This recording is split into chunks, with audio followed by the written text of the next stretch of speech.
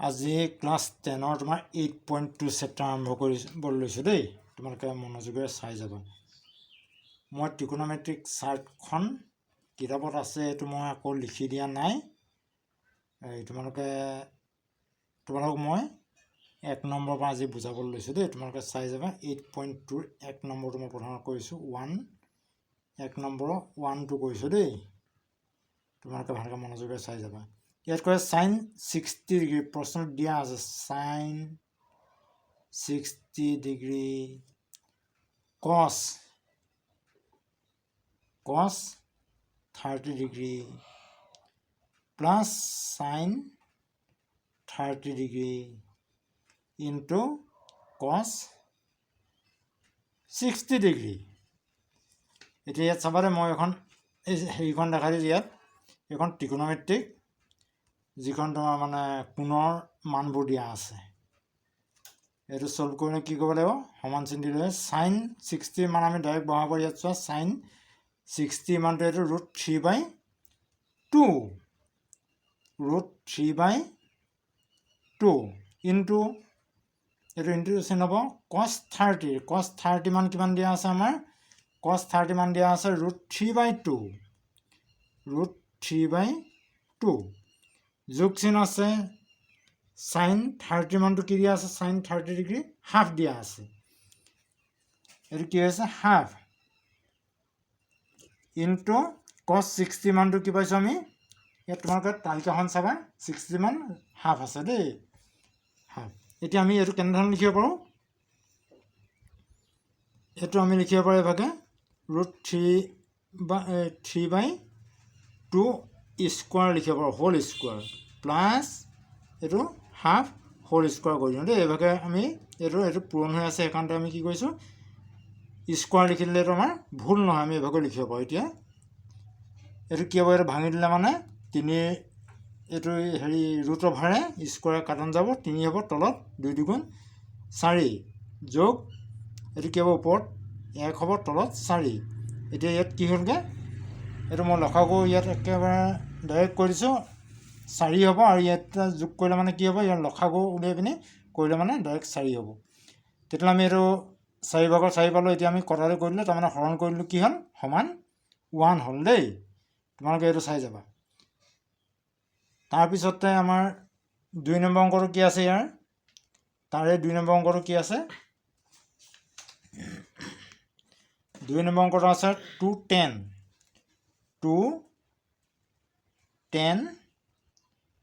Square 45 degree plus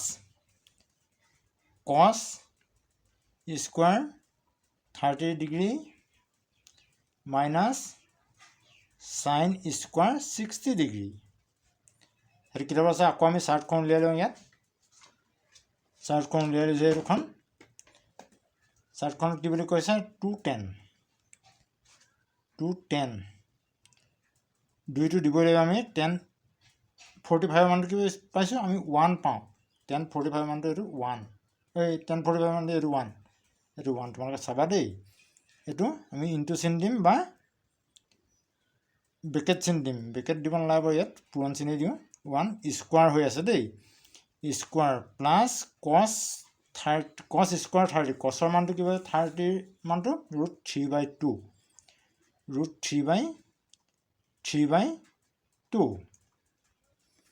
3 দেই। 3/2 কি হৈছে? কস স্কোৱাৰ হৈ আছে, এইটো স্কোৱাৰ কৰিব লাগিব। তাৰমানে আমি হোল স্কোৱাৰ কৰিছোঁ, দুইটা তলে ওপৰত দুইটা লব হৰ দুইটা কি হৈছে? তোমাৰ স্কোৱাৰ হৈ আছে, সেইকাৰণে আমি এইটো ব্ৰেকেট দি পিনি হোল স্কোৱাৰ কৰিছোঁ। মাইনাছ সাইন 60 মানটো আমি কি পাওঁ? সাইন 60 মানটো √3/2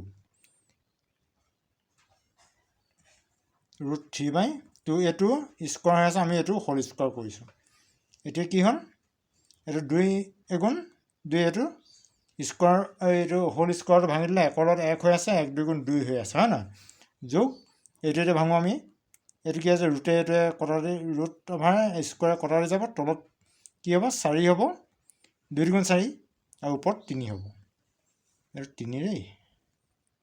মাইনাছ এইটো ঠিকে একেভাগে হ'ব, খালি মাইনাছ হ'ব। তলত কি হ'ব? 4 হ'ব, ওপৰত √3 আৰু স্কোৱাৰ কৰিলে মানে কি হৈছে অকল 3 হ'ব তাৰমানে বুজি পাইছানে এই ৰুটডালে এই স্কোৱাৰটা কটাই যাব কিন্তু অকল ওপৰত থাকিলে তলত নাযায় তলটো এখানতে কি কৰিব লাগে 2 আৰু 2 তাৰমানে 2 পূৰণ 2 সেইটো বুজিছা নহয় 2 গুণ 4 তাৰপৰা এতিয়া কি হ'লে আমি যোগ বিয়োগ কৰিব লাগে যোগ বিয়োগ কৰিবলৈ এটাৰ আগত যোগ আছে এটাৰ আগত বিয়োগ আছে 3/4 আছে প্লাছ আৰু 3/4 মাইনাছ আছে তেতিয়াহ'লে আমি এইটো কাটি দিব পাৰোঁ দেই কাটি দিলে মানে কি হ'ব এইটো 0 হ'ব তেতিয়াহ'লে আল্টিমেটলি কি হ'ব 2 হ'ব অকল ইয়াৰ উত্তৰ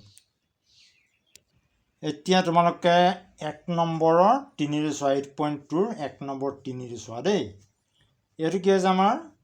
cos 45 degree divided by sec 30 degree plus cosec 30 degree আমি সদায় এই তোমালোকৰ চাৰ্টখন এখন উলিয়াই ল'বা এভাগে অংকটো পাতি পিনি তাৰপিছত পৰীক্ষাত পিছত নিজে নিজে এভাগে কৰি থোৱা তোমালোকৰ আইডিয়া হৈ যাব এইটো কি কৈছে এতিয়া আমি কি কৰিব লাগিব cos 45 মান ল'ব লাগিব বহাব লাগিব আৰু এইটো sec 30 প্লাছ cosec 30 মান আমি বহাব লাগিব এতিয়া আমি কি হৈছে বহাই দিম দেই অকণমান তললৈ লিখিবা এভাগে তেতিয়া স্পষ্ট হ'ব cos 45 ডিগ্ৰী মান কি পাইছোঁ আমি 1/√2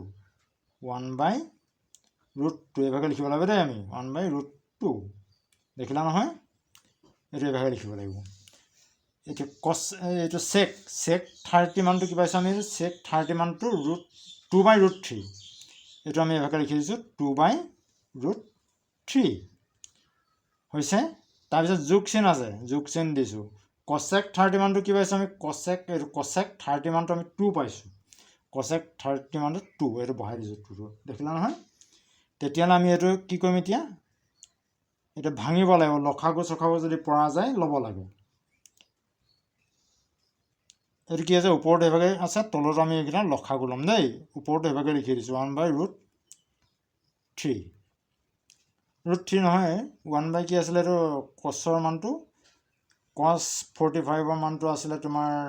1/√2 তেতিয়াহ'লে কি হ'ব এই তলকেইটা লখাগু ল'ব লাগিব লখাগু ল'লে কি হৈছে এইটা লখাগু হৈছে ইয়াত 1 আছে √3 হ'ব √3 তেতিয়াহ'লে কি হ'ব এইডোখৰ এইটো ইয়াক এই 3 ইয়াক হেৰি কৰিলে এই ডিভাইড কৰিলে 1 হ'ব 1 লগত 2 পূৰণ কৰিলে 2 প্লাছ ঠিক ইয়াত একেবাৰে ইয়াক হৰণ কৰিলে কি হ'ব এইটো তোমালোকে জানাই চাগে তেওঁ বুলি মই বুজাই দিছোঁ আকৌ এই ইয়াৰ তলত 1 আছে বুলি আমি ধৰি লৈছোঁ একেবাৰে ইয়াক হৰণ কৰিলে √3 হ'ব √3 আৰু 2 পূৰণ কৰিলে 2√3 হ'ব এইটো মন কৰিবা দেই ভালকৈ তেতিয়াহ'লে কি হৈছে আমি এইটো এইভাগে পালোঁ ন এতিয়া আমি কি কৰিম এই বস্তুটো ডিভাইড বাই হৈ আছে ডিভাইড মানে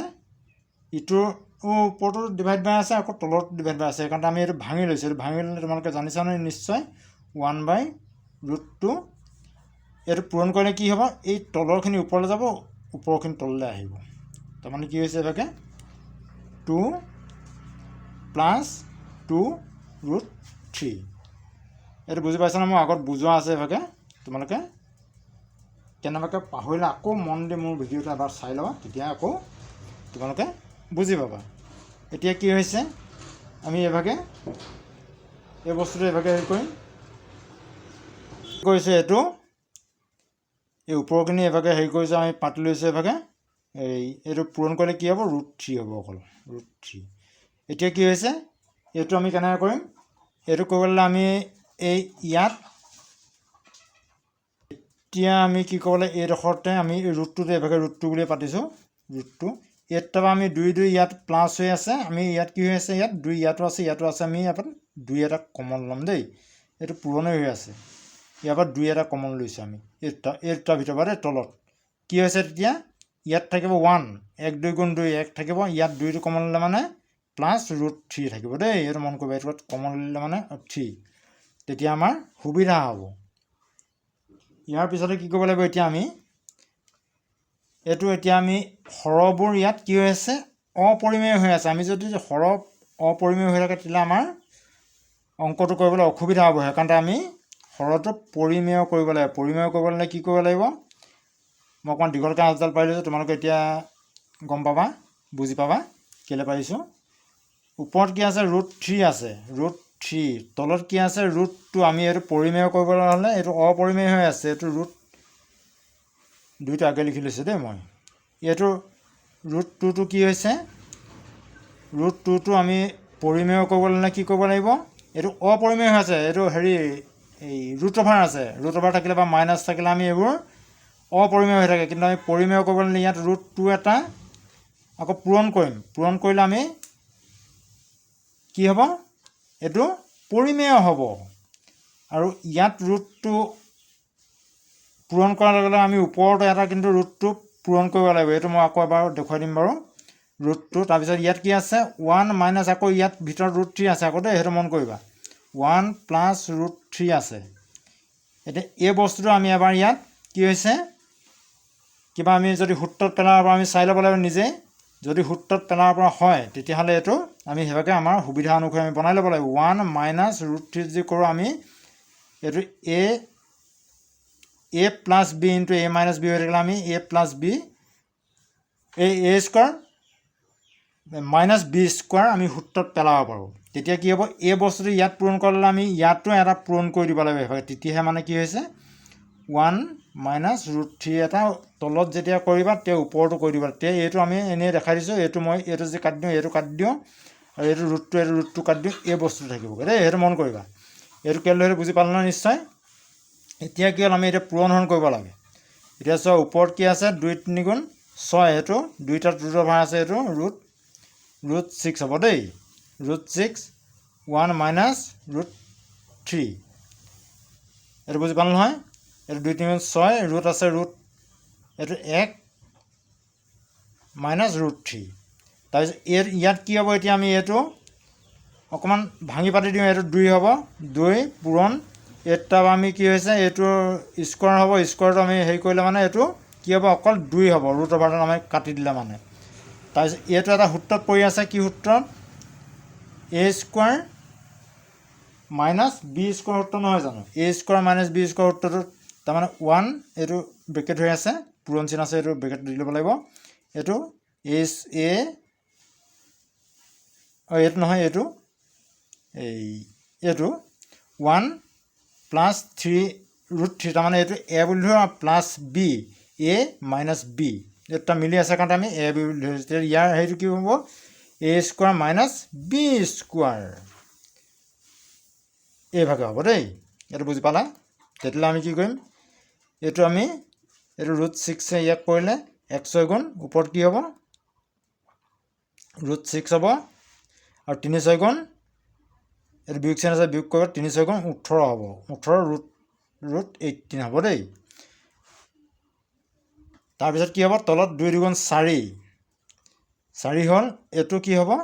এইটো 1 হ'ব বিয়োগ এইটো অকল 3 হ'ব স্কোৱাৰ এইটো কটা দি যাবগৈ তেতিয়াহ'লে ভিতৰত কি থাকিব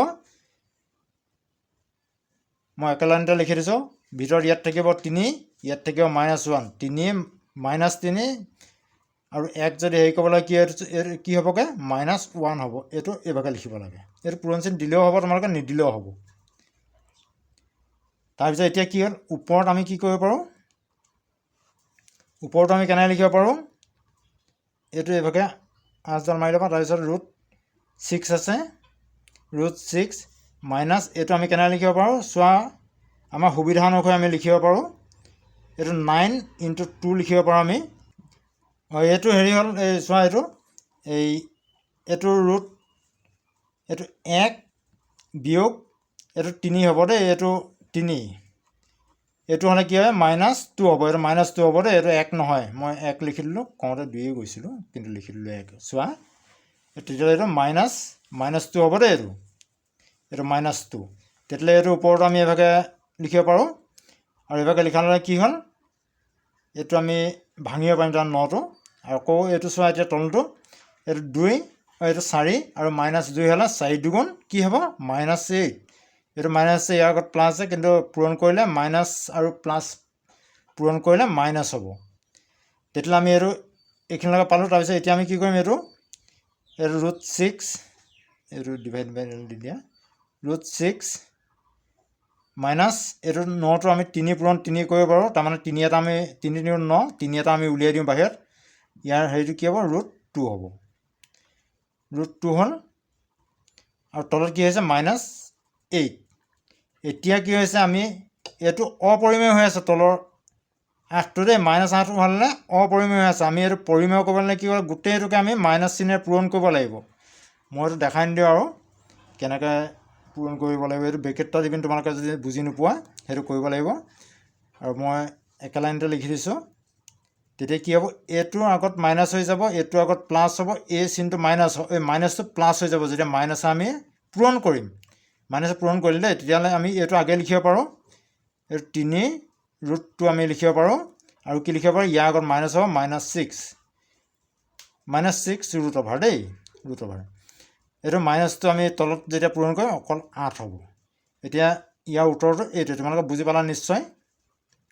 এতিয়া আমাৰ 1ৰ 4 নম্বৰটো চোৱা তোমালোকে 1ৰ 4 নম্বৰটো এইটো মই লিখি লৈছোঁ sin 30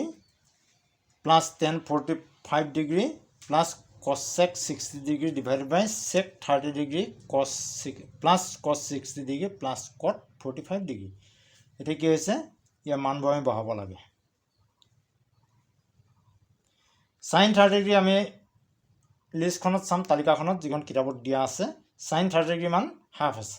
আমি বহাই দিছোঁ হাফ প্লাছ চিন আছে প্লাছ চিন দিছোঁ tan 45 ডিগ্ৰী মানটো আমি জানো 1 মাইনাছ cosec 60 ডিগ্ৰী মানটো কি আছে cosec 60 ডিগ্ৰী মানটো আছে 2 cosec 60 ডিগ্ৰী 2/√3 এতিয়া sec 30 মানটো কি আছে ডিভাইড বাই sec 30 মানটো 2 sec 30 2/√3 প্লাছ cos 60 মানটো কি আছে এইটো cos 60 মানটো হাফ আছে কি আছে হাফ প্লাছ cot 45 ডিগ্ৰীটো কি আছে cot 45 ডিগ্ৰী মানটো 1 আছে 1 আমি এতিয়া এইবোৰ সমাধান কৰিব লাগিব লসাগু লৈ পিনি আমি সমাধান কৰিব লাগিব তেতিয়াহ'লে আমি এইটো কি বনাওঁ কি লিখিব পাৰোঁ এই গোটেইকেইটা আমি যদি লসাগু লওঁ কি হ'বগৈ ইয়াত তলত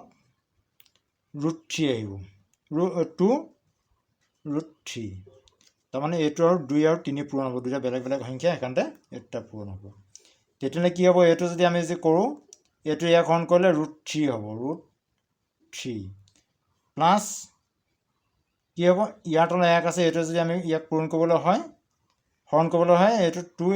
2√3 আছে এইটো যদি 1ৰ লগত পূৰণ কৰিবলৈ হয় 2√3 হ'ব আৰু এইটো 2 × 4 হ'ব এইটো বিয়োগ 4 তলতো ঠিক একেধৰণে কি হ'ব এইকেইটাৰ পৰা আমি লসাগু ল'লে 2√3 হ'ব তেতিয়াহ'লে আমি √3 ইয়াক কৰিলে 2 থাকিব 2 আৰু 2 পূৰণ কৰিলে 4 হ'ব 4 যোগ চিন আছে এইটো ইয়াক কৰিলে কি হ'ব 2টো হেৰি হৈ যাব গুচি যাব 3 থাকিব তেতিয়াহ'লে 3 আৰু √3 আৰু 1 পূৰণ কৰিলে √3 হ'ব তাৰপৰা এইটো গোটেইটো এভাগে বহিব প্লাছ 2√3 এইটো বুজি পাইছা তেতিয়াহ'লে আমি এইটো আৰু এইটো আমাৰ তলে তলে মিলি আছে আমি এইটো কাটি দিব পাৰোঁ দেই তেতিয়াহ'লে থাকিলে কি ওপৰত কি থাকিলে √3 - 2√3 - 4 এইটো মাইনাছ নহয় এইটো প্লাছ আছিলে এইটো প্লাছ চিন দেই ওপৰখিনি এইটো কটাতে গৈ পিনি ওপৰখিনি এইখিনি ওপৰত বহালে তলৰখিনি কি থাকিলে 4 প্লাছ √3 কৈছোঁ এটা লিখিছোঁ এটা প্লাছ কি আছে 2√3 সমান আমি কি লিখিব পাৰোঁ এতিয়া এইকেইটা যোগ বিয়োগ কৰিব লাগিব ইয়াত আছে তোমালোকে ইয়াত 3টা ৰুটটো আছে ইয়াত সেই √3 এটা আছে প্লাছ ইয়াত √3 কেইটা আছে 2টা এইটো আমি কেনেকৈ লিখিব পাৰোঁ ইয়াত এটা আছে √3 ইয়াত 2টা আছে তেতিয়া আমি কি কৰিলে যোগ কৰিলে 3√3 লিখিব পাৰোঁ তাৰমানে ইয়াত এটা ইয়াত 2টা 2 একে 3টা -4 ঠিক তলৰটো একেভাগে আমি লিখিব পাৰোঁ এইটো অকণমান আগলৈ লৈ আহিছোঁ খালি দেই এইটো আগা পিছা কৰিলেও যোগ থাকিলে আগা পিছা কৰিলেও দিগদাৰ নহয় ইয়াত তিনিটা ৰুট ইয়াত এটা ৰুট আছে 1√3 আৰু ইয়াত দুটা √3 হৈ আছে ইয়াত কি হৈছে ইয়াতো সেই 3টা √3 হ'ব তাৰপৰা এই চাৰিটো আমি খালি পিছলৈ লিখিছোঁ তেতিয়া এতিয়া কি হৈ আছে বাৰু এতিয়া আমি এই তলৰ এইটো কি হৈ আছে আপুনি কৈছিল নহয় যে এইটো অপৰিমেয় হৈ আছে এইটো আমি পৰিমেয় কৰিবলৈ হ'লে কি কৰিব লাগে এনেকুৱা এটা আমি ইয়াত যদি আমি পূৰণ কৰি দিওঁ তেতিয়াহ'লে এই বস্তুটো আমি উঠাব পাৰিম এতিয়া এইটো চোৱা এইটো থকা বাহিৰ লৈছোঁ 3√3 -4 3√3 + 4 আমি এই বস্তুটো এটা সূত্ৰত পেলাম এতিয়া এইটো যে আমি মাইনাছ চিন দি দিওঁ এইটো এ বুলি ধৰোঁ এইটো বি বুলি ধৰোঁ আমাৰ তেতিয়া কি হ'ব a² - b² সূত্ৰত আহিব সেইটো চাই লোৱা সেইকাৰণে আমাৰ সুবিধাৰ কাৰণে আমি সেইটো লিখি লৈছোঁ দেই 3√3 -4 যদি কৰি দিওঁ আমি তলৰ হৰটো আমি কি হ'ব তেতিয়া পৰিমেয় হৈ যাব কেনেকৈ হ'ব এতিয়া চাই থাকিবা তেতিয়া আমি ইয়াত যদি তলৰ এটা হেৰি কৰোঁ পূৰণ কৰোঁ তেতিয়া ওপৰতো এটা পূৰণ কৰিব কি তেতিয়াহে আমাৰ এইটো কটাতে কৰিলে সমান হ'বগৈ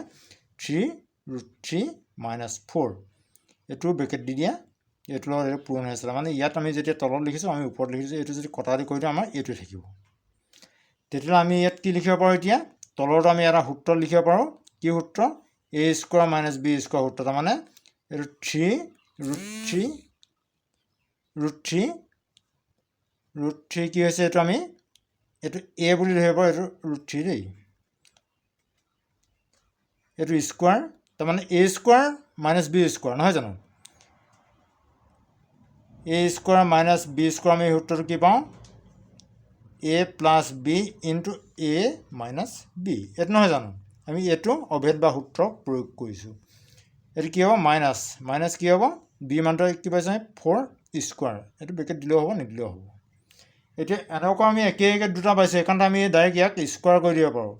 3√3 - 4 তাৰমানে আমি ইয়াত দুটা পাইছোঁ কাৰণে আমি এইভাগে লিখিলেও ভুল নহয় তাৰমানে তেতিয়াহ'লে কি হৈছে এতিয়া চোৱা এইটো আমি ভাঙিলোঁ তলৰখিনি মেইন এই হৰটোৱে আমাৰ পৰিমেয় কৰিব লাগে এইটো কৰিলে কি হ'ব এইটোক আমি 3 পূৰণ 3 9 এইটো কি হ'ব পূৰণ হৈ আছে এই 3 আৰু এই ৰুট অভাৰ আৰু স্কোৱাৰটো কটা যাব তেতিয়া থাকিব 3 -4 × 16 এতিয়া ওপৰটো চোৱা ওপৰটো কৰিলে কি হ'ব এইটো আমি এটা সূত্ৰত পৰি আছে a² - b² সূত্ৰত পৰি আছে a² - b² সূত্ৰ a - b সূত্ৰটো কি হ'ব a² - 2ab + b² এইটো সূত্ৰ আমি অভেদত আমি পেলাই দিছোঁ দেই তেতিয়াহ'লে এইটো 3√3 এইটো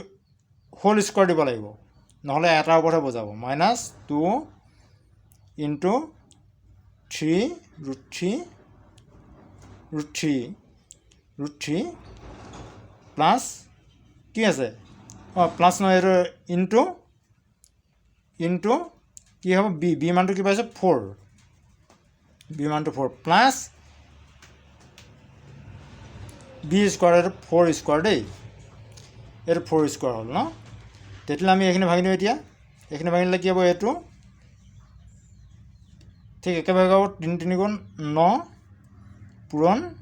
কি হ'ব 3 হ'ব মাইনাছ কি হ'ব এইটো কৰিলে 2 3 × 6 4 × 24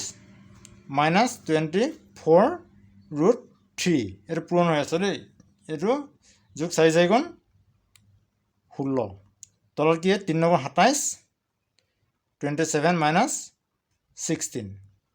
এতিয়া ওপৰখিনি আমি হেৰি কৰোঁ ভাঙি দিওঁ এইটো কি হ'ব 3 × 27 এই 3 × 27 -24√3 + 16